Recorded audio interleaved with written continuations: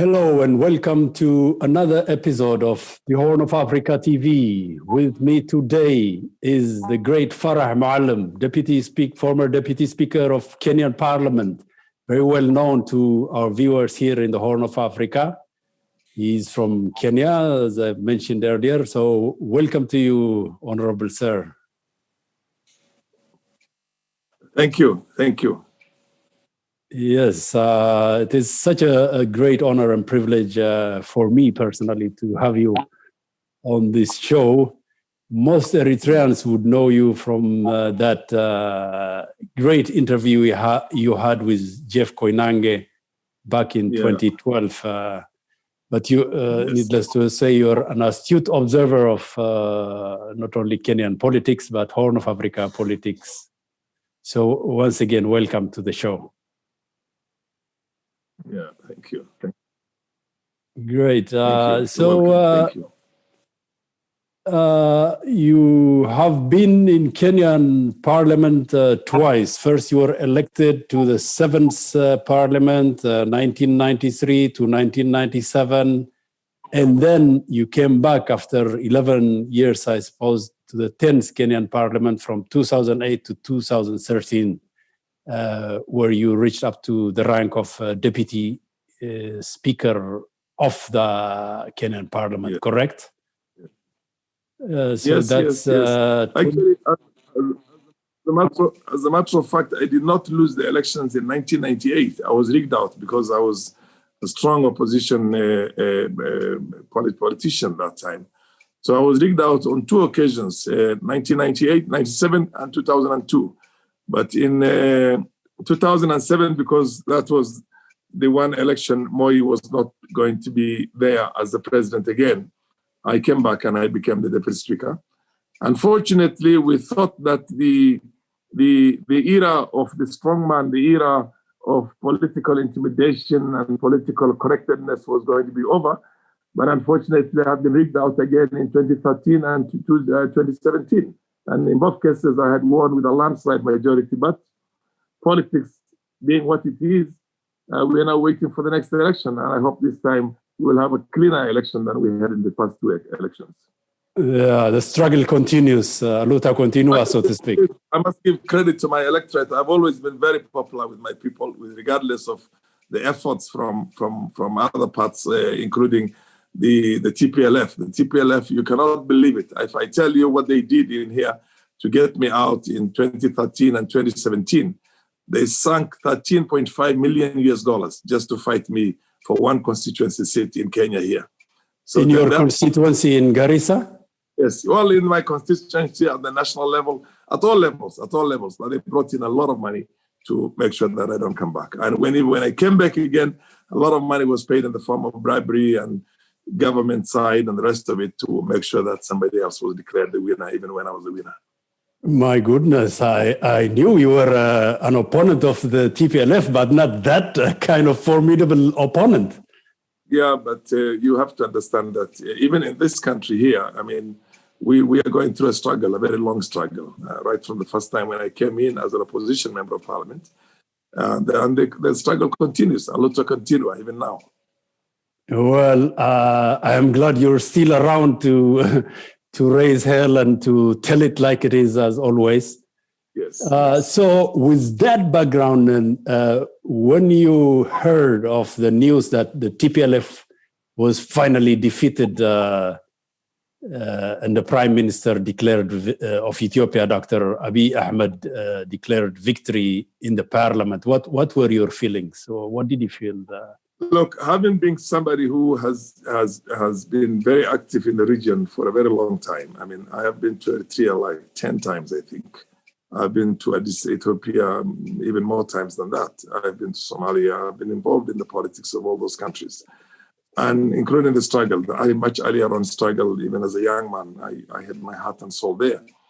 I knew that the TPLF was a bunch of cowards. They were only good at killing people unarmed. And all this razzmatazz, all this bravery and valor that was created around them was a fake thing, because everybody knows that they never fought any war, serious war against the Derg. The people who fought against the Derg and literally destroyed the Derg, were first and foremost the Siad Barre government in the 7-7 war. And then later on, it was the job itself, the coup de grace was done by the gallant Eritrean boys and girls. Eritreans bore the brunt, fought very hard like nobody else. I mean, not in the history of any struggle has there been that kind of a valor. And TPLF was just riding on the back of the Eritreans. So I knew myself, and of course they are also turned into some kind of fat cats because they bled and exploited the Ethiopian nation and the region for the last 27 years, and for good 27 years. They did not have the heart or the bravery to fight anybody. I knew myself that they were going to capitulate. So when all this talk about this going to be a long drawn out war, it's true, they took all the armament, they took all the military hardware to their own region. As a matter of fact, they were better armed than the Ethiopian National Defense Forces. But because of the way they are, I knew they would not stand any chance. The other thing I know is that when they made that misadventure into Somalia, into Mogadishu, I remember how they were beaten and beaten very hard by, young barefoot boys in Mogadishu, and they learned their own lesson in there. So they did not have the heart to fight. I knew that, and I knew they were going to capitulate. So even these people who talk about right now TPLF going into the mountains and waging a long-drawn war, no, that is false. It is a narrative that has just been created by some Western spinners and the Western interests, including the country where you are right now. Americans have always been close to them because somehow they were using them to do the dirty job for them in the region. So that is not going to be anywhere. It's neither here nor there. I think that struggle right now that they say they're going to put them in the mountains will come to an end even sooner than you can ever imagine. Well, I would consider myself, and speaking for my good friend, Professor Mohammed Hassan also, together in this show, we have been pointing that out, that the TPLF is a bunch of, pepper tiger cowards, and that this war would not last long. Absolutely. The only decisive war that they fought against the Derg was in Shire, and they were destroyed completely. If it was not for Eritrean People's Liberation Front, that would have been the end of TPLF. But that was in 1989, of course. 1989, these guys are basically, they're foxes, they're connivers. They are people who only know how to destroy a nation and arm the civilians the way they did it right now in the whole region, and to wage a war to be fought by other people. But anyway, I think that phase of the history of the Horn of Africa has come to an end. Thank God for that. Alhamdulillah, that is over, it seems. But do you think for Ethiopia to be completely rid of the toxic and divisive politics of the TPLF, would that be easier said than done, or what's your assessment of? Well, look. The TPLF did a lot of damage for 27 years. But you have to understand the fact that there is a history that predates the TPLF. Now, all the history that predates the TPLF, right from Menelik days in Ethiopia, was not a good one, not one to be proud of. It created a stratified society. It is a history that can only be revisited with the vision of having truth, justice, and reconciliation, so that it's never done again. So if for example, I have a lot of respect for the Amare brothers and sisters who come from the Amare region in there, and including the struggle they put in right now to assist the center in bringing to a conclusion the problems of the TPLF. But those Amaras who are thinking that they can relive again the days of Haile Selassie or Menelik had better be told that those days are gone and will never come back again. So there has to be a realization in which people think in terms of the United States of Ethiopia, which is going to be part of that. Yes. A new political dispensation with genuine federalism is what you're talking about. Genuine federalism, a very strong center, a very good regional cooperation in which we can have that regional bodies, integration of the region itself, the whole of Sudan, Eritrea, Ethiopia, Somalia, Djibouti, Kenya. I would have loved Kenya to be part of that, and they will push for that too. Is the vision to look for right now? Not the stuff that Haile Selassie negotiated with Kenyatta way back in a mutual defense pact, which was the idea. Look, I'm here as the minority ruling over Ethiopia as a very special Amare class, and you have a problem with the Somalis, you have a problem with the Eritreans, you have a problem with the Oromos in Ethiopia. We will assist you whenever there is need for you to be assisted. You can also assist us here in that parochial mountain Kikuyu kind of an attitude. That was a very narrow thing. It was not a vision for any Pan-Africanist. It was not a vision for Africa. That is not the kind of vision we should look back at. Everybody who is fascinated by those good days, they might have been good days for them, but they were never good days for the region. And nobody is a fool in the region. Everybody knows how to get their rights and fight for their rights. So if there is going to be a mutual distraction, if anybody has those kind of feelings and those kind of missing those good days, good old days, any Amara who is missing Menelik is in the wrong place and is very wrong, and will learn a lesson similar to the one that TPLF learned if they don't change and are able to deal with the situation in this new dynamic, because I agree. We're not going to go back to history. The wheels of history have moved forward, and it is near to impossible to turn them back, so to speak. You can't. If you try that, you will destroy yourself and you destroy your community. If you're looking for an Ethiopia which is going to have a flag that has got the cross, because then Ethiopia was a Christian nation, but then when you know that not less than 50% of the population are Muslims, but because you thought those were not the olden days when they used to say not Ethiopian Muslims, but they used to say Muslims in Ethiopia. So those days are gone. You can never reflect back something similar, an African version of the conquistadors. The conquistadors back in the early days. So what I'm saying myself is that the Horn has a possibility of turning page, a very, very powerful page. I have so many Amara friends myself in the world, and many of them as refugees when they came during the days of the Darg and even much later, and sympathized with all the genocide that was done on them by the TPLF and the human rights violations that they suffered. But the solution in the future is not to supplant the TPLF and become another Amara, what you call hegemony. No, it is not one in which we, the Somalis and the Eritreans, are filled with hatred to try and seek a revenge for what was done to us by those of with those regimes. Not to look at the Mengistu days or to look at Meles days or to look at Haile Selassie days or even anything. No, this has got to be one in which we are going to say, listen, we are here together in this part of the world and we will always be together. Can we live together now as brothers and sisters and turn a new page? The same way Europe after the Westphalia and all those things. And finally, and even after the Second World War, you have a European Union. Whoever imagined that the French and the Germans would be the best friends in the world, when the kind of things that happen between themselves is as bad as we all know. But it can only be done on equality. It can only be done on terms that essentially are fair. Correct.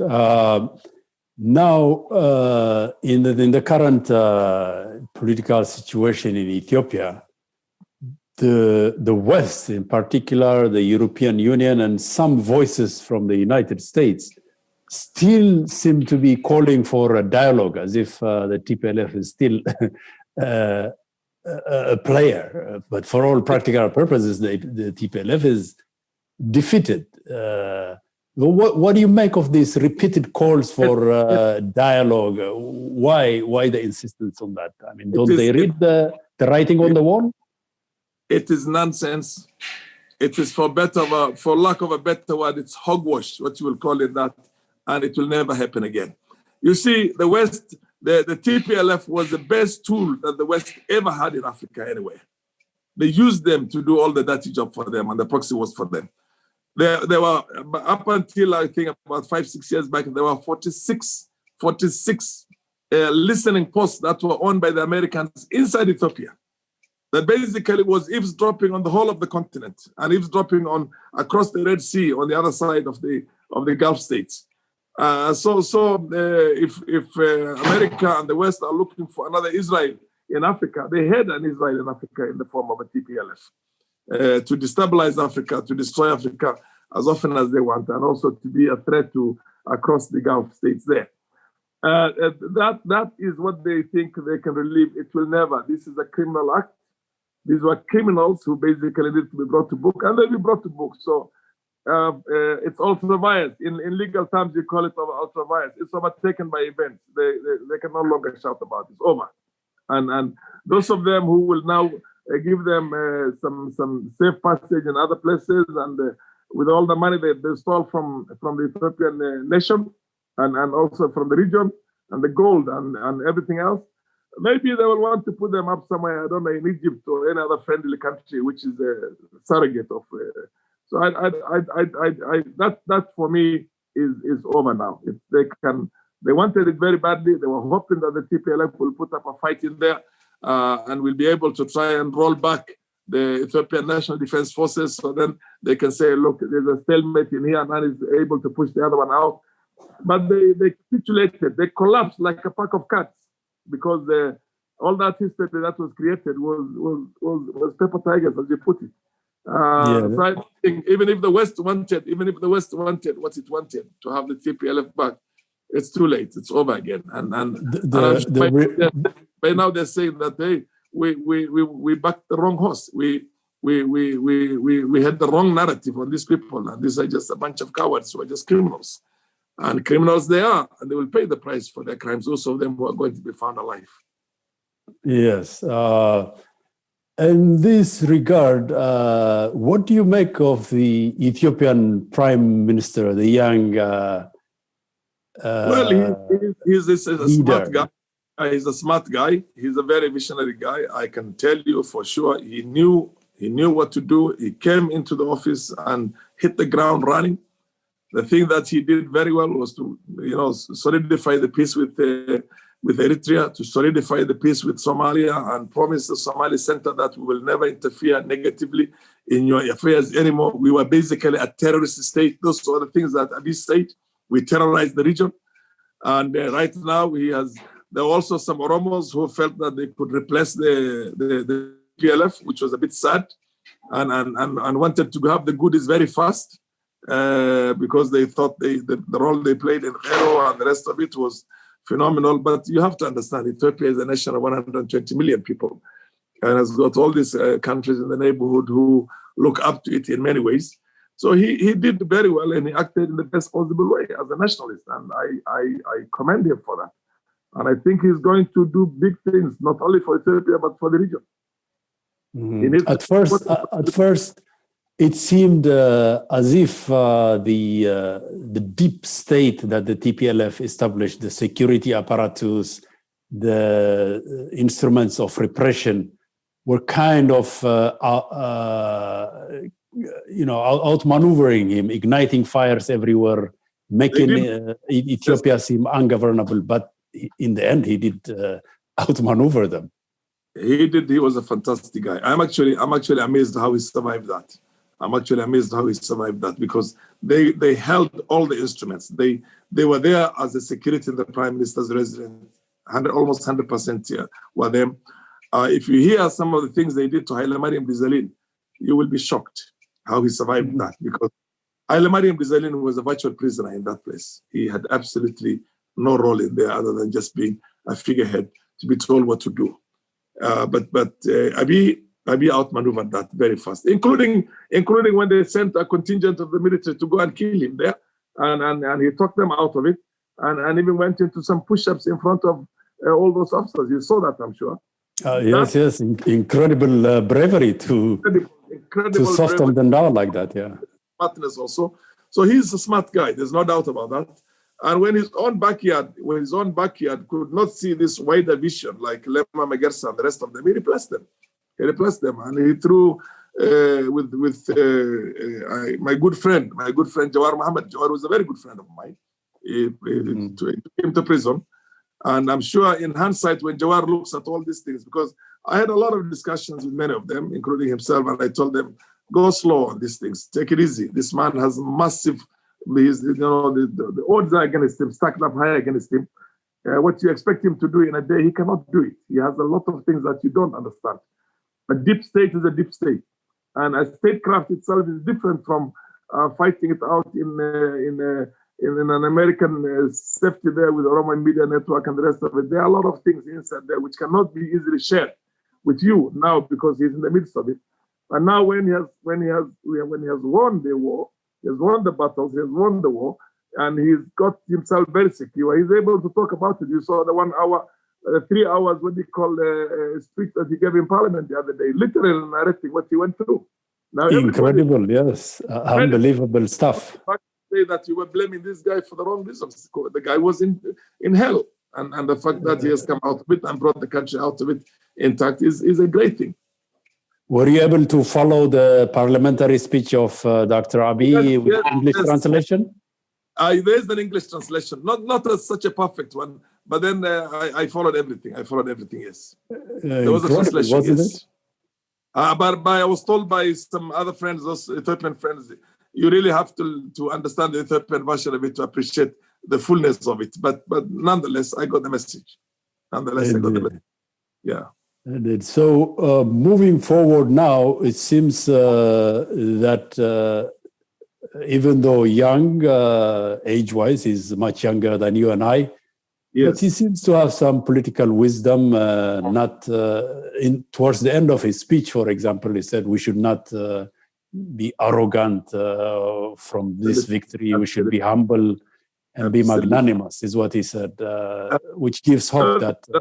The man is amazing. The man is amazing. Let me tell you one thing, because ordinarily, anybody who was able to bring down or conquer almost 30 years, what you call hold and conspiracy like that, would come out of it with some kind of and a bit of an arrogance and the rest of it. But here he knows history very well, and he knows what's good for the country and what's good for a leader, and he's doing the right things. He's getting everything right so far, and I hope he continues that way.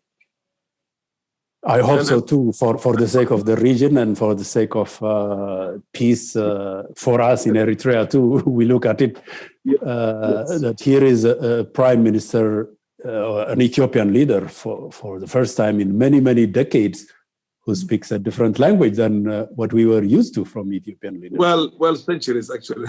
Centuries, yes.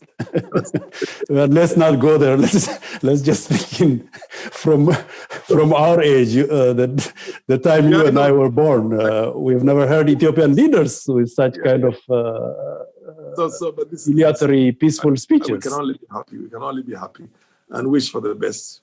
And I think myself right now, what needs to be done is both to stabilize Ethiopia initially and to remove all those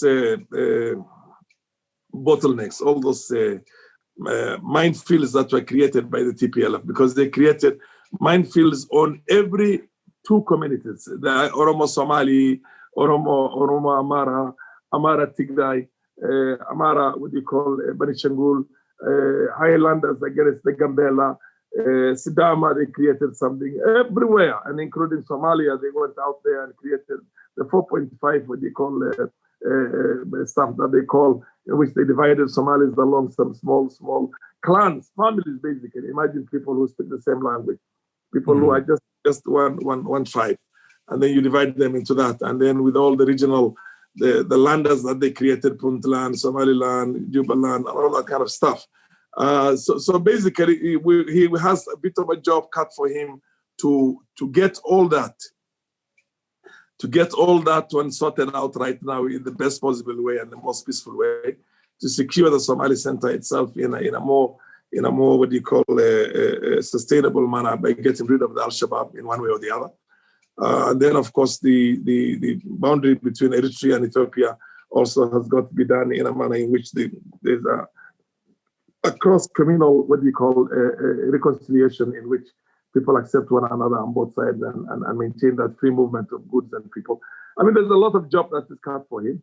And then, of course, strengthen federalism, devolution, but as a way of managing resources at that grassroots. in a devolved manner, not in a way of creating sub-ethnic, what you call nationalisms in there, or ethnic nationalisms in there, in which, the Amara is like an Amara nationalist, Somali nationalist, the Tigray is, no. But just as a way of, in a powerfully integrated manner in which everybody can live whatever he wants to live and can do business whatever he wants to do business. A more or less fashion along the American experience right now, in which of course you can be anywhere and do business anywhere. By and large for the so-called whites in the States the way they were. But in terms of race, this is just one race, by the way. There is no racial issue between an Amara and a Tigray and a Somali and these are people, and Oromo. These are people who look the same, have accepted one another in many ways, who have intermarried in some cases, but maintained also their independence, their linguistic independence, their religious independence, and all those things without creating a problem for themselves. I think the people did a good job. I don't see any government that did a good job in bringing peoples together, but the people on their own have done a good job. Allowing the Eritreans who were thrown out of Addis Ababa to come back and claim their assets, because there were many of them whose assets were taken away by those thugs, the TPLF thugs. The ethnic cleansing of 98, 99, 2000, yes. Yes. You're talking about were 100,000, almost near to 100,000 of Eritreans, Ethiopians of Eritrean origin were expelled, yeah? Formally about 100,000. Informally, I think about 200,000, one way or the other. This is the impression I was given. I don't know. I might be wrong in those numbers. You've got a better authority to understand this better than me. But they were well-to-do. They were some of the most successful business communities in technical areas, in many other areas, in real estate, in property, and they left their properties intact to be taken over by others. So you have to bring that to some kind of a closure, because that is a bad part of the history, and that history itself, either through compensation or reclamation, they're given back their wealth. A lot of things has to be done to build those bridges, Yeah, the toxic legacy of the TPLF needs... Absolutely. It has to be addressed. It will take a while to heal. Yes, in a very civilized, but as long as the goodwill is there to address it, I don't see any problem in both the people and the countries in the region, or the governments in the region working towards that. And then you go outside that and go now for regional integration. Yes, before we go there to the wider issue, though, there is this question now among Ethiopians in particular, that the TPLF's crimes have to be brought to justice, that these people for 27 years have conducted massive atrocities, or in the Somali region, Ogaden, in Gambela, genocide, horrors of torture, and what have you. What do we do? How do we move forward? Do we need some kind of Nuremberg trial, maybe? Yes. What is to be done? How is healing to be brought to Ethiopia? The things that happened, the things that were done to Somalis are so outrageous, are so unspeakable, are so bad. I mean, it included people being put into sewers and dying in sewers. People being made to roll in fesses, in shit, basically, and the rest of it. Girls having their breasts and their private parts being burnt with plastic, what do you call plastics, and touching the plastics. Men who are hanging from their balls, like that. I mean, just destroy them completely. I mean, the things that happened. The men who are buried alive. You get a tractor to put a big trench, and they're buried alive with their clothes and their telephones, cell phones in their pockets, and the cell phones were ringing 3 days later. And they're down there. You can hear the cell phones ringing from the ground, underground there, already dead and everything else, and mass graves, and you bury people hip deep and tell them, okay, they will have to die there, and people die that way there, and the families and the relatives are made to watch. They're told, you cannot leave this place. You have to watch this. The rape that happened, the rape, which was unspeakable, unimaginable. So the things that were done in a number of places, and I want to believe that that must have also been replicated in a number of other places, are so bad that to bring those things to a closure, to allow people to forget those things, forgive those things, and not forgive them, but forgive those things. It will have to take a process where people are brought to book. Getachew and Sefa. I'm glad General Measho is dead. He died in the war. The butcher of one of the butchers of Mogadishu, and a butcher in what they call Quattro died a natural death. I never wanted him to die a natural death. He should have paid for this thing in jail, and many others. And so all of them have got to be brought to book. And basically, once those ones are brought to book, all those guys who are in the intelligence apparatus, Gabriel Selassie and all those ones must be brought to book one way or the other. What was that called? A lot of them who were terrible.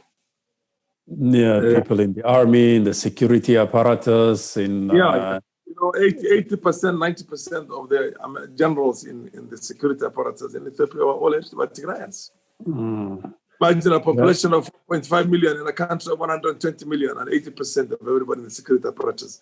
Mesfin Siyum from one ethnic community. Mesfin Siyum, who was the Minister for Foreign Affairs for 18 years and who did all Siyum Mesfin, yes, the Foreign Minister. Siyum Mesfin must be brought to book. All of them must be brought to book, yeah.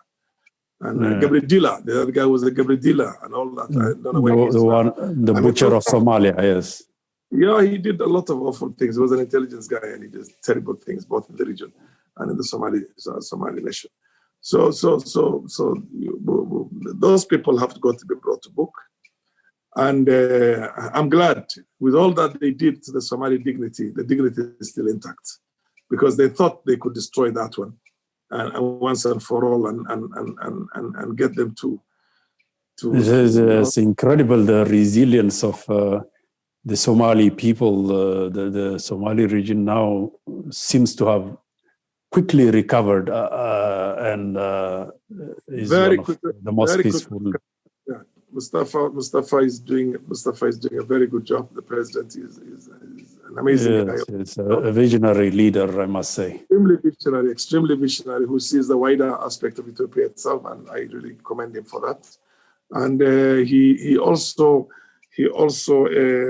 resisted the urge to carry out revenge, because many of those officers who are doing some of those things, they can be traced one way or the other. But he wants this to be done in a legal, systematic manner. Once that problem of the TPLF itself is brought to under control, and then they'll go back and say who was responsible for what. And a lot of it is going to be done through what you call truth, justice, and reconciliation, which means people will go appropriate, out legal, and just way, and seek forgiveness and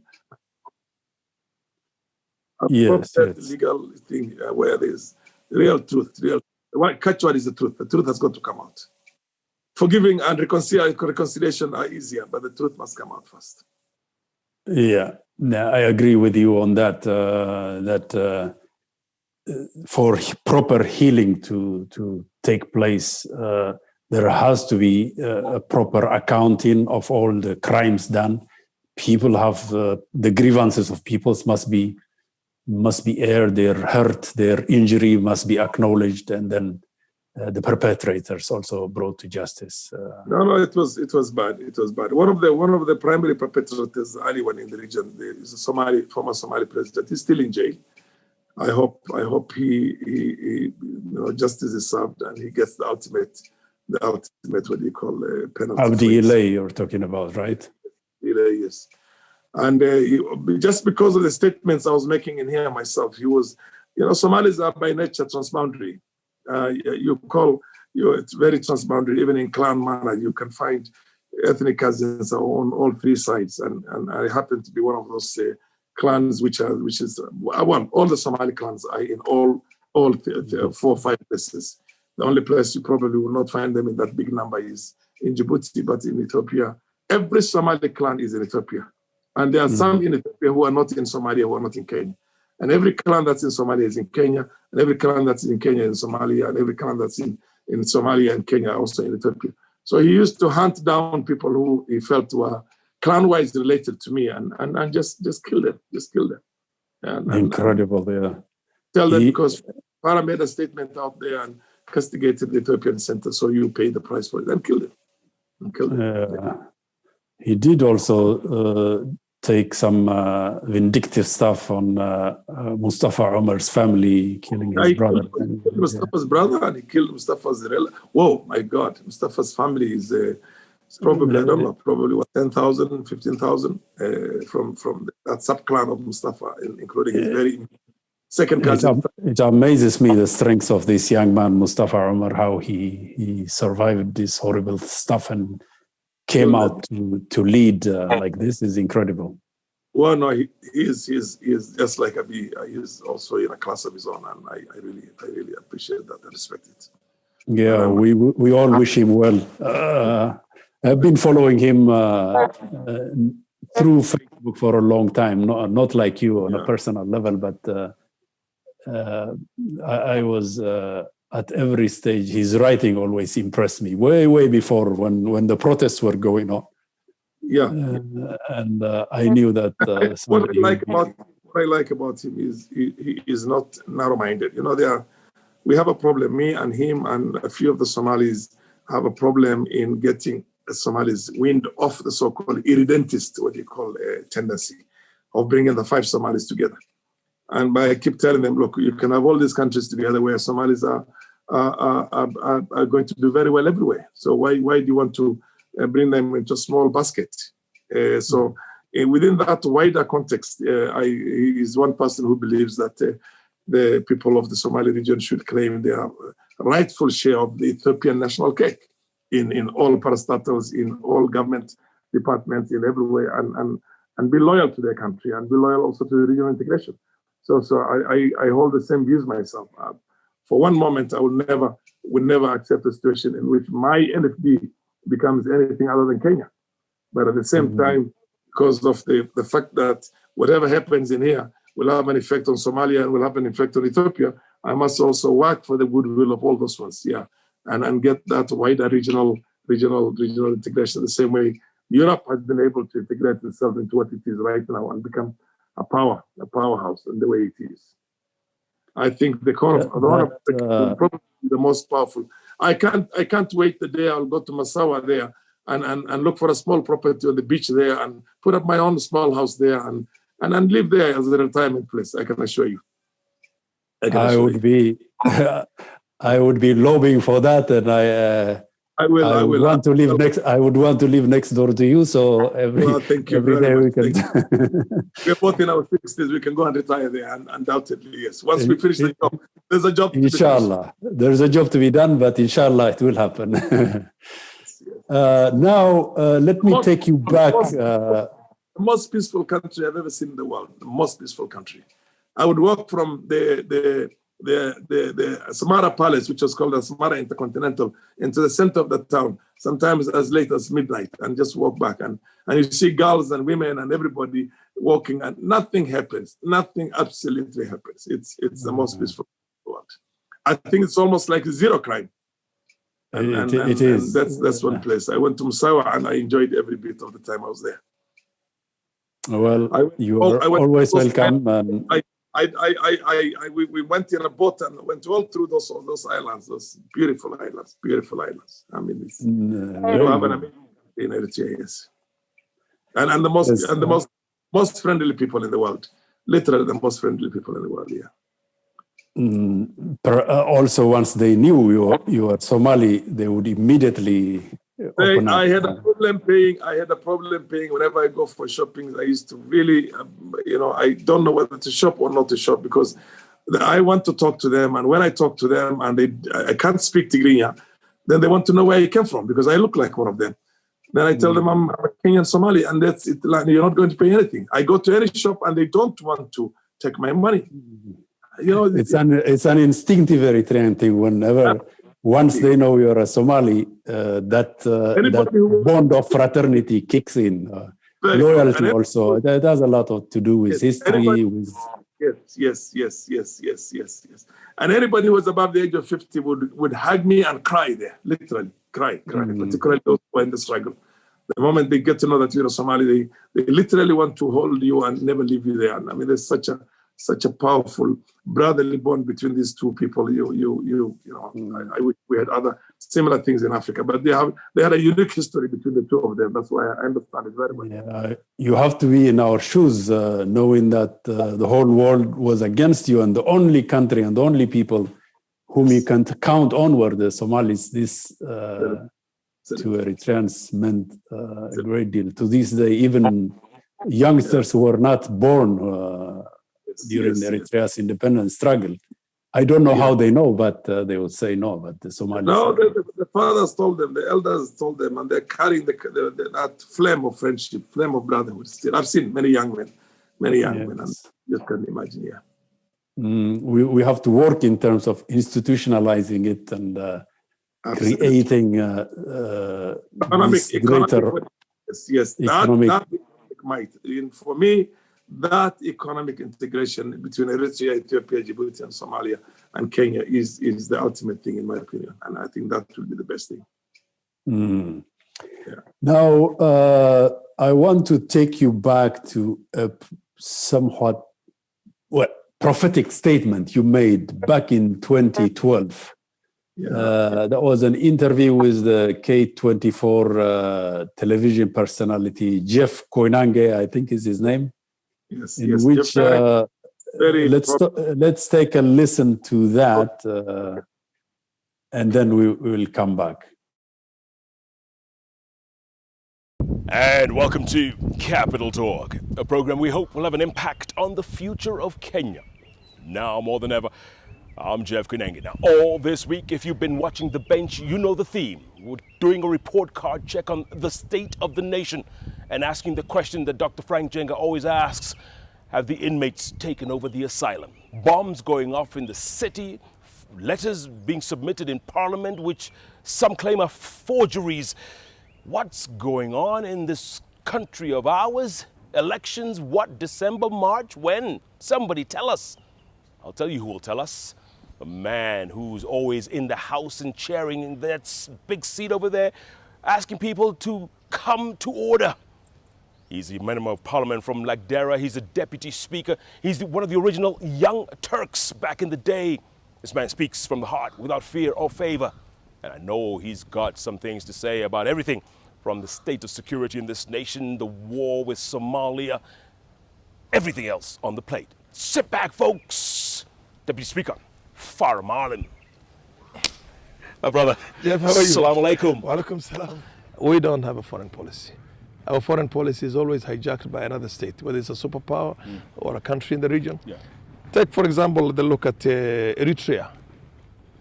They call her the bad boy of the East. We call it the bad boy of the East. Eritrea has had a diplomatic relation with our country that is very good. The very first head of state, Afwerki, was a very close friend of our second president, Moi. Correct. You were very close. Very close. They go to pains now to tell you that, look, we are your brothers and we're your friends. Why do you want to make an enemy out of us? But because Eritrea has a war with Ethiopia, an issue that has gone to the international court and determined by the international court, which is actually said that Ethiopia is illegally occupying Eritrean land. They are the aggressors. They are the aggressors. We keep on calling the Eritreans terrorist supporters, this or that. And you know, they haven't taken it, they still have not exhausted their efforts to try and show us the light and tell us, listen. But it's increasingly going to dawn on them that we're doing these things because somebody else is managing our foreign policy. And they can only take so much. And they can only take so much. Right? Yes. They can turn around and tell Kenya, you know what, we don't need you. Yes. There is a war between Ethiopia and Eritrea. When Ethiopia committed its forces into Eritrea, into Somalia, there was a proxy war between the two countries. You can't blame any one of them. If the Ethiopians went into Somalia, not for the interest of the Somalis, we all know that, and the Eritreans come in there and claim that we are here because we are going to work with the Somali people, that's a difference between the two countries. As members of the IGAD region, we can only try and bring them together. But if you start taking sides, and then it becomes abundantly clear and an open secret that we're doing the bidding for Ethiopia. It's like our foreign policy has been hijacked as far as the region is concerned by Ethiopia. IGAD, there's no IGAD. IGAD is Ethiopia. I was about to ask, so what does that say about IGAD? Look, We went out there and said that Ethiopians have delivered 3 or 2 plane loads of arms to Al-Shabaab. Eritreans have delivered 2 or 3 plane loads of arms to Al-Shabaab in Baidoa. Very simple logic will tell you that how impossible it is for a transport plane. By the way, a transport plane is not a jet liner, it's not a fighter plane, it's a very slow moving ship, it's an airship. To move all the way from Asmara, go through the Gulf of Aden, go into the Indian Ocean where there's a 40 ship strong armada of so-called Atlantic force of the NATO and the EU. And then cross Somalia, go to Baidoa, deliver this cargo, and then fly back safely. The radars are there. The state of the art of those superpowers, the Americans, the Europeans, all of them are there. Can't hide it. They can't hide it. We're the only ones who saw. And the Ethiopians, of course, who most likely, invariably, have their own reasons for that. It's a mistake. And then the international, the UN itself, through its own monitoring group, says that information is not true. Even after the UN says, through their representative called Matt Bryden, you know that, says that, we still persist because there's only a day ago, 2 days ago, when we were telling a parliamentary committee, Eritrea is still the bad boy of the region. Why? The only assumption it can be is that we're doing it for Ethiopia. Right. We're dancing to the tune. We're dancing to the tunes. And they will only be able to take so much. And the day they decide enough is enough to pay you back in kind, God forbid. God forbid. God forbid. I don't want to even imagine that. Wow. We are supposed to be the economic powerhouse, the political powerhouse, the reform-based parliament that works, all-inclusive. A system that essentially is the best in Africa. We should be bringing these countries together. We should be bringing Eritrea and Ethiopia and trying to find out solutions to the Somalia conflict, but not playing the partisan, partial politics of the region itself. It's a big mistake. And the earlier we get out of Somalia, the better. We moved in and captured 94,000 square kilometers in a matter of weeks. And for months now, we've not been able even to go to Afmado. No. Al-Shabaab ran. They were all on they went helter-skelter. There was nobody who was going to be left if we just moved on. But what about General Karangi saying now our troops will be, 4,000 and change and will be incorporated into AMISOM? You're looking at this on the long term. It's not our business to be in Somalia for the long term. That's the wrong strategy. Our business is move in, flush these people out, clean up the place, help them with training contingents, move out. And take care of our own security. Take care of our own security. Maintain that buffer zone. Yes. Maintain the buffer zone. That's what we're supposed to be doing there. Now, only a matter of time. The Somalis will say, hey, this is not a force that has come to assist us to get rid of Al-Shabaab. They've come to occupy us. Okay, so that was 8 years ago, and you talked about how IGAD was wrong at that time, how Eritrea is being done wrong by both Kenya and Ethiopia, that the situation in Ethiopia's invasion of Somalia, that Kenya's foreign policy is being hijacked. It has been hijacked, yes, for a long time. You have been right on the money, I must say, a very astute observation.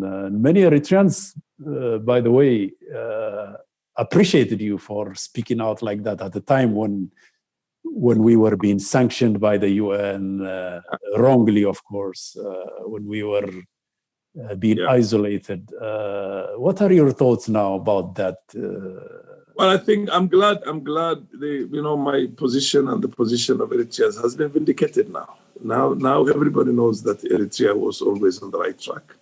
Eritrea was honest about everything, and that Eritrea did not do anything wrong. They never took any arms to Al-Shabaab. Now is when they're talking about it. Even those days, there were a lot of and that Eritrea was not looking for anything other than the welfare of the people of the Horn of Africa, Somalia being primary among them. And the Somalis also do remember that the time when the whole world and the countries in the region had united against them, The only country that came to the aid and stood by them was Eritrea. You must have been a lone voice in the Kenyan political landscape to speak out like that. Huh? Very, very lone voice, very lone voice. I still pretty much a lone voice still, even now, even today. But then the truth will always set you free, so you don't have to worry about it. Even now, why is Kenya still getting it wrong on Somalia? I mean, this interference.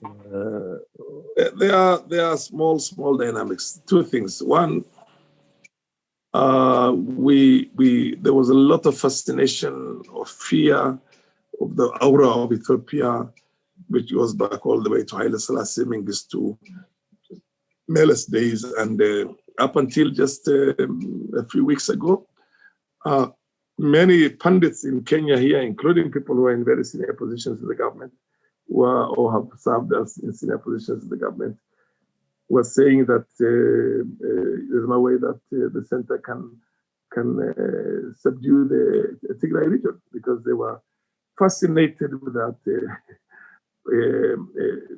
false narrative always given about the Tigray being the best fighters in the continent, and the fact that they have the capacity to roll their armor, their tanks and everything back into Addis Ababa one more time again, the way they did in 1991 and that kind of stuff. So, was this false narrative perhaps being pushed by Western intelligence agents, pundits and experts?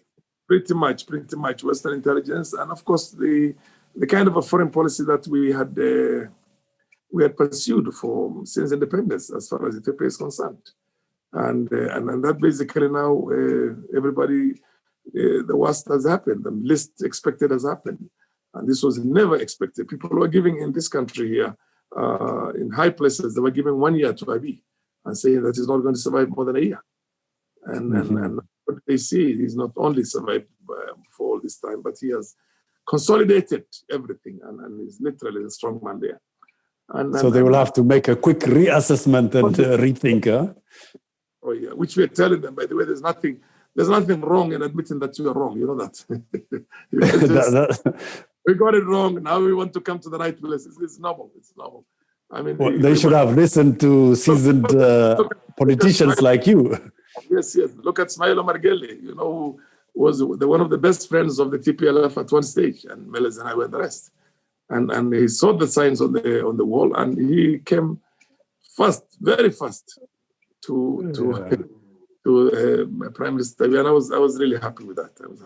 Because then, well, it's all about it's all about the future. All you need to do right now is to sort out the small problem between Djibouti and Eritrea, which, in my opinion, for all intents and purposes, was never supposed to be there in the first place. The reason why it was there is because it was created by the TPLF. And we say in my language, when somebody fears, don't ask him, why did you fear? Because, courage is sometimes can be foolhardy. You know what I mean? So the fact that Gelle and Djibouti in those days felt like two things informed their alliance with the Ethiopian center at that time, or to their subservience to the TPLF. One was because of the use of the port of Djibouti, which has been handling all the Ethiopian goods, which used to come through Eritrea before. So in a sense, it was seen now as a windfall, that gaining from the misery of the conflict that was there between the two countries, and the closure of the border between those two countries. And secondly, the fear that Meles, which is the more profound one, Meles could instigate another Afar against the center the way they did before. Did before, that. So those are the kind of things, because Afars live in all three countries, and such a good people who also been victims of their some of those things for a long time. So, but now that he has seen the writings on the wall, he has decided, before it's too late, let me now jump in and stand by the side of Abiy, which is very good. Time to move forward, he said, yes. Yeah, very, pretty much survival, but very good also, in the sense you'll be more foolish not to see that on the wall. That's why I'm saying that in Kenya, we also need to do the same thing. Museveni made a big mistake initially in his traditional Museveni pomposity, where, you must talk to one another. But now he's now maybe at a very fast retreat, and he's by supporting Abiy. You know what I mean? Yes, once the foreign minister of Ethiopia, who's also the deputy prime minister, visited with him and explained the situation, he backtracked, which is not bad. Which is an opportunity we missed here, because the foreign minister also came in here to us and met with our president, Uhuru. So the best thing was for us also to say that we support the center in Ethiopia, because if you're very close to Meles, Meles is dead. If you're very close to the friends of Meles, and they are gone. They are gone. They're fugitives now. And if they come in here, one needs to arrest them and take them to court, take them to the proper justice. Yes. Now, in that interview from 2012, yes, you also talked about IGAD and how IGAD was just an instrument for Ethiopia's foreign policy. IGAD what do we make of IGAD now, with all that background?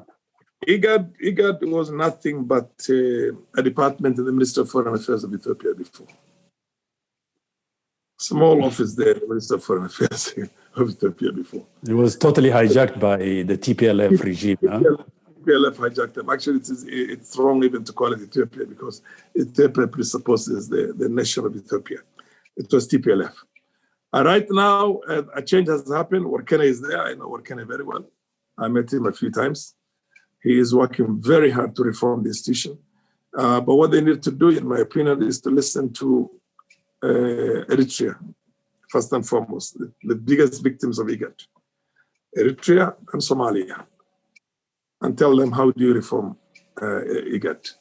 And take on board, bring on board fully the support of those two countries and the suggestions, the proposals on how to revalidate the institution itself and how to reform it. Without that, Eritrea will not come back to the fold. And if Eritrea is not there, I don't know what Somalia will do, because Somalia is also technically only there, but not much convinced. They hate IGAD, because IGAD has been used to destabilize that country and destabilize it big time.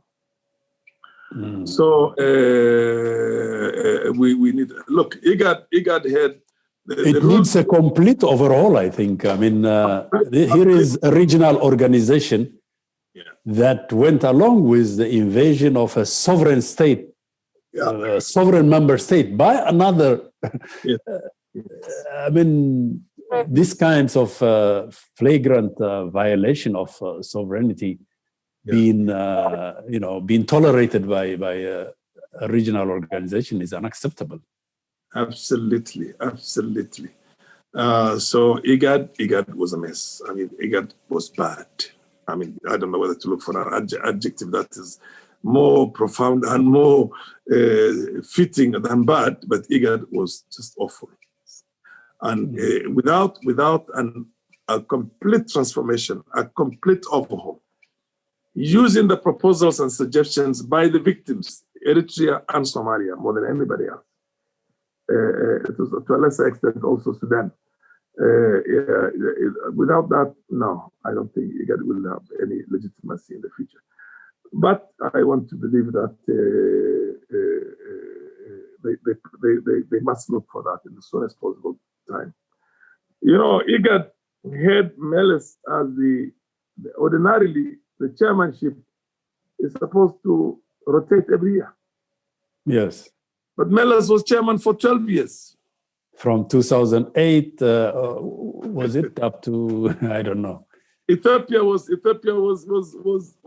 chair for a long time.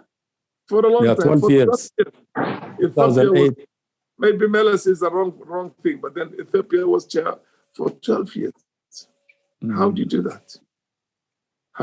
So it's and then when they sanctioned the invasion of Somalia by Ethiopia, they sanctioned all those things. I mean, they sanctioned the illegal occupation of parts of Somalia by Kenya. At that time, I was one of those guys who wasn't fascinated with that at all. And although we say that we're going in there as a right of pursuit because Al-Shabaab was invading us from there, It turned out to be everything but a right of pursuit. It turned out to be a choreographed, a very well, what they call plotted strategy by some very powerful Western countries and used us as the ones to do the hatchet people to do long-term occupation. Yeah? Yes. That's a job for them. And I would not be surprised if the Somalis insist very soon get out of our country and failing, which then it becomes an act of aggression or declaration of war, because if they tell you to get out of my country and you don't get out of it, then and the AU needs to be reformed more than anything else. Excuse me. AU needs to be reformed big time, because AU also the African Union. The African Union. Yes. African Union was pretty much a tool used by Ethiopia also for a long time, I can assure you. From the previous, the current chair, it has not been able to free itself. And that's why, and we had the peace and security, the chair of the peace and security, the commissioner of peace and security, is some Algerian who was awful, literally awful, and literally was there just as an Ethiopian tool. I don't know whether he's still there or he has left the place, but it's a travesty of it was the African Union's Peace and Security Committee that pushed for the sanction of Eritrea. I mean, by the UN Security Council. There was an Algerian who was just being used as a tool by the Ethiopian Center, and that guy was, for all intents and purposes, in my opinion, was a criminal. So both this, the regional IGAD and the continental African Union need major overhauling in your opinion. I had been calling before for the removal of the AU headquarters from that. By the way, between me and you, it's in the public domain. I called for that at a conference of the IPU, Interparliamentary Union, in Addis Ababa. I called for that headquarters to be moved out of Ethiopia, both the Economic Commission of Africa and the African Union, because the object and the spirit of both institutions and the reality on the ground in Ethiopia are not compatible at all. Because the Economic Commission for Africa presupposes a free market Africa, an integrated Africa, an Africa that essentially is able to develop itself and economically be on its own feet. But then in Ethiopia, there's no economic freedom in Ethiopia. It's a state, what they call, managed kind of economy. It's been there for a long time. And most of during the TPLF, that's why Abiy now has to close the 34 corporations which are run by Tigrayans, because they diverted and rerouted the national resources to what they call address regional, what they call agenda. These were the sort of parastatal enablers of kleptocracy. Yes, kleptocracy. Yes, in that what you call perfection of kleptocracy itself, which they did very well. And then we have the headquarters of the Economic Commission of Africa now. Abiy is fast tracking what they call the reforms of those things, so that it clearly becomes a center that can capture the aspirations of the African people in economic emancipation for the continent. Yeah. Very well. AU has to change. AU has to change, just like IGAD. AU has to change and change big time. Can the drive for a genuine reform of AU come from this new vision of Horn of Africa that you talk about, the post-TPLF integrated Horn of Africa is a big market that you often talk about. Is that a possibility in your opinion? Yes. I think that the faster they go together and have what you call people working on that, and the heads of states of all those countries coming together and creating that body, the economic integration, and creating that office, and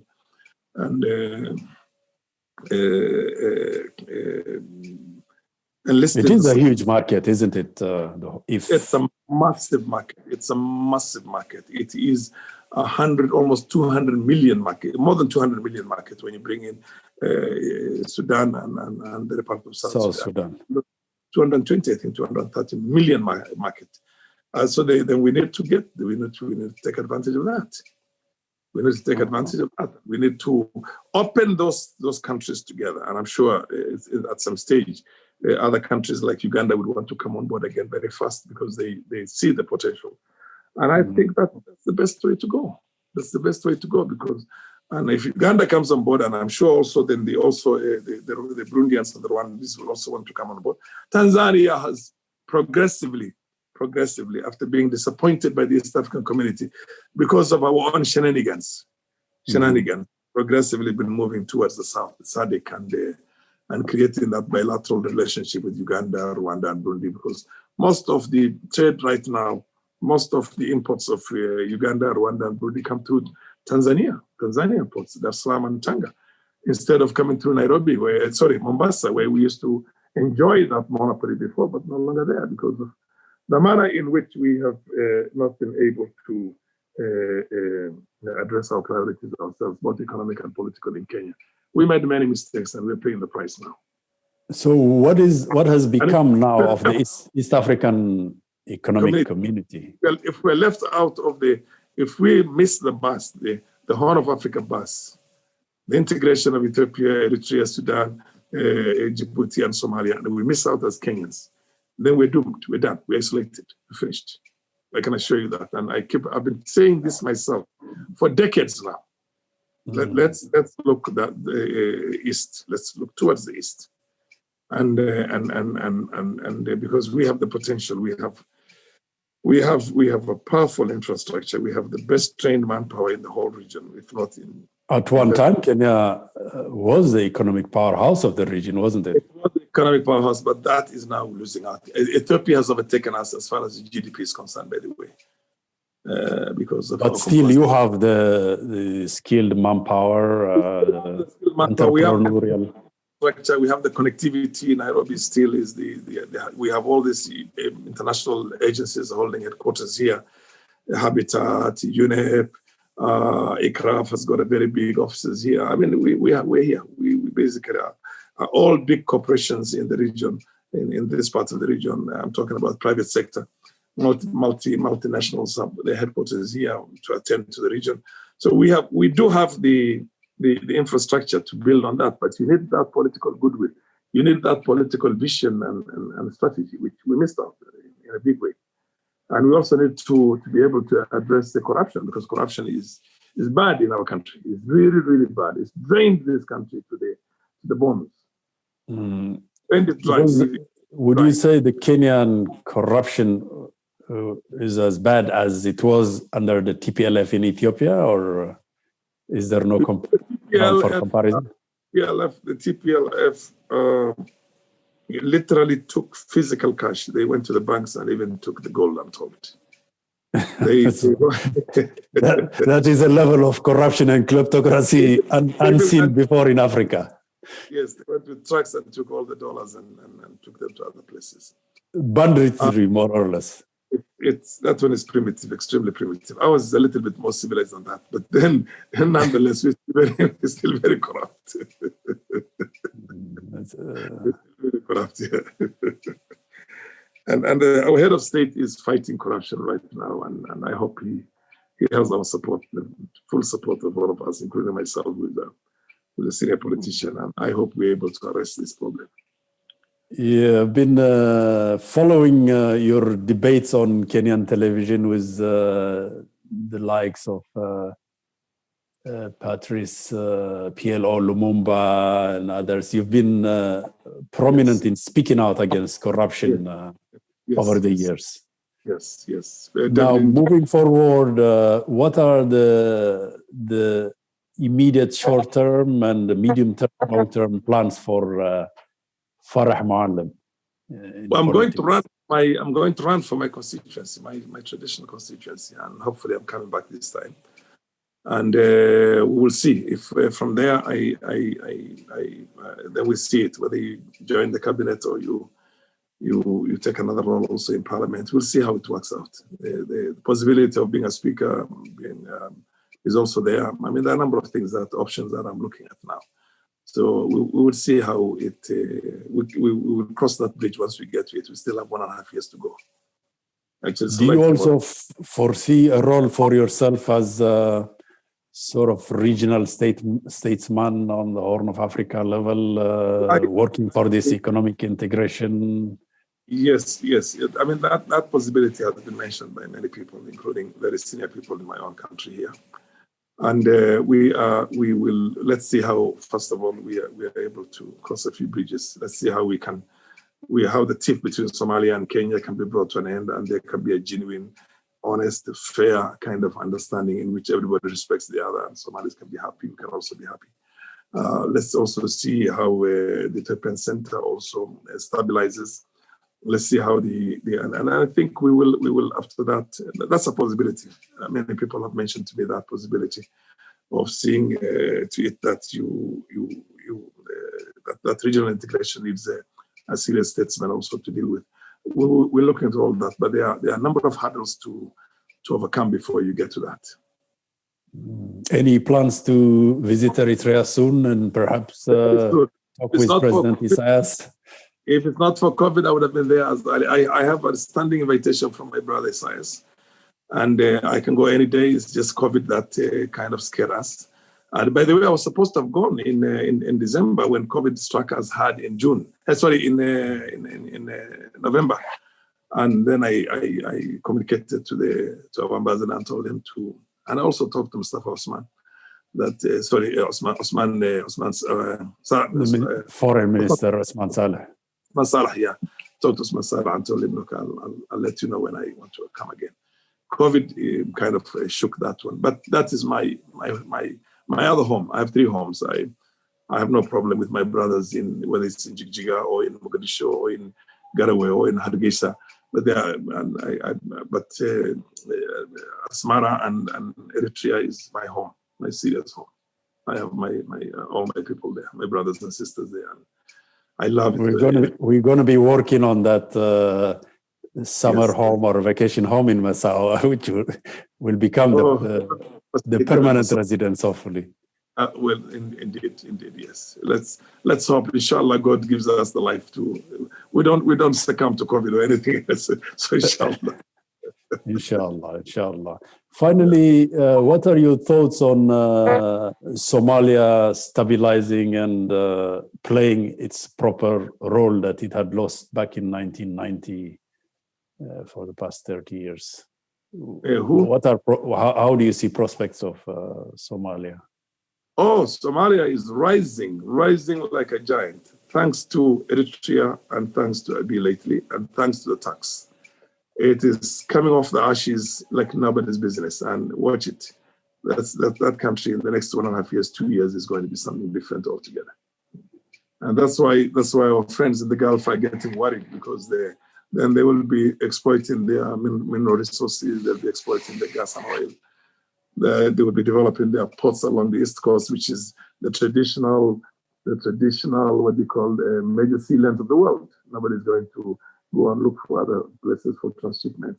So Somalia is the next country to watch I'd say, one of the few countries in the globe that has that very powerful potential. And then thank God, the worst is over now for Somalia. Yes, the worst is over. That is very good.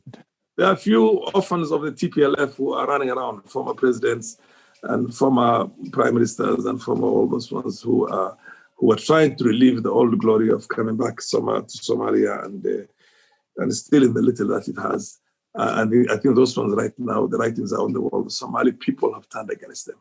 The nation has turned against them. So we are hoping we'll have a continuation of what we have right now, a little longer than this, at least for another couple of years to realize that powerful potential it has both in the region and in the continent. And then, of course, there is that unstoppable energy and entrepreneurial spirit of the Somali people who are spread all over the Horn of Africa. Indeed. I was when I was in Ethiopia last time. And every time you go to Ethiopia and you go 3 months, 4 months later, and you see a whole villages coming up in Addis Ababa of Somali businessmen. You're told this building, this property, this.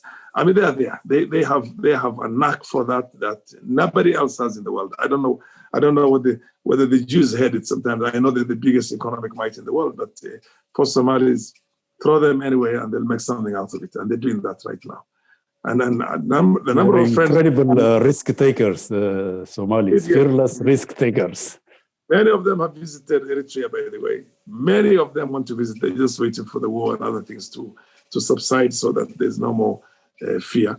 And Ethiopia, there are plenty in Ethiopia. The former Somalis, formerly people who are from the Somali region and who had settled in Europe and America and Canada as refugees are trooping back like hell. And right now, the skyline of Jigjiga is changing. Like if you're there for 2 weeks ago and you come back again, you see something different. And Addis is the same also. There's so many Somali businesses that are getting established in Addis.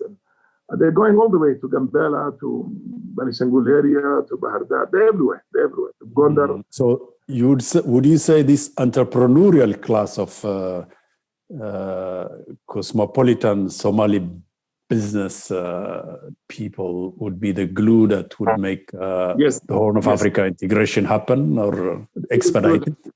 They will do that integration there like hell. They will do it, I can assure you, like hell. Because let me tell you one thing, although many people do not want to admit that and give credit where credit is due, our economy was saved by the Somalis, the collapse of the Somali state, and we got the Somali refugees coming in here, and they brought up all the ideas. Before that, our economy was pretty much in the hands of Asians, pretty much fully in the hands of Asians. Today, the biggest, what do you call, shopping, the economy of Isli, the economy of the Somali part of Isli is about 60% of Nairobi's economy. Okay, Isli is where the Somalis reside predominantly. Yes. Yes, I've been there, I know that. Basically, they have infused that into the mainstream Kenyan society. So Kenyans right now are some of the most aggressive businessmen. I'm talking about Kenyans of all tribes, Somalis, Luo, Kikuyu, but mainly Luyas, Kisis, everybody is into these things. So you need somebody people like you, your own folks to come and push the boundary, and then everybody will emulate. Everybody will emulate.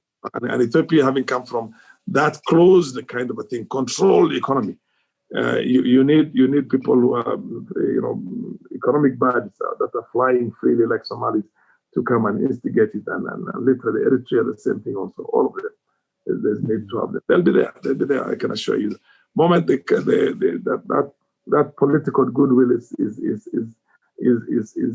solidified, you will find them everywhere. They move everywhere and they take risks and they don't care whether they lose it.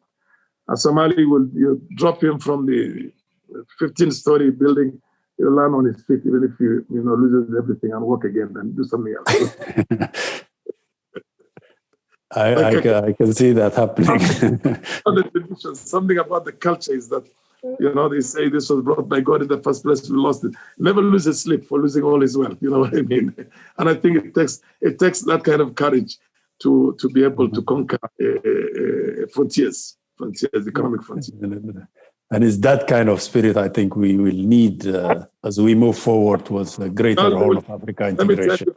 Earlier on, we had a family business, which was basically a transport business. And there are many Eritreans who were involved in that with the Somalis, and you couldn't tell the difference between the Eritreans and the Somalis in Kenya. So, and they're still together. Those Eritrean refugees who ran away from Eritrea because of the wars, and who came and settled in here, they went straight to the Somalis, and that's how they developed their business. In South Africa, they're still working together, and Ethiopians, Eritreans, Somalis are all kins in that place. And what one does, the other one is bound to emulate that. So it's that knock-on effect. You know what I mean? It's a very good thing. It's a very good thing.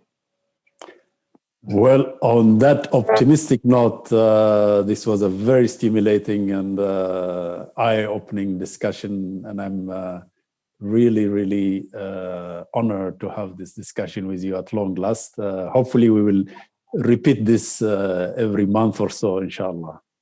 Thank you very much, Elias. I appreciate talking to you. It's been a fantastic interview. You asked all the right questions. You know, you can't get the best out of somebody unless you're able to ask the right questions, and basically that makes all the difference.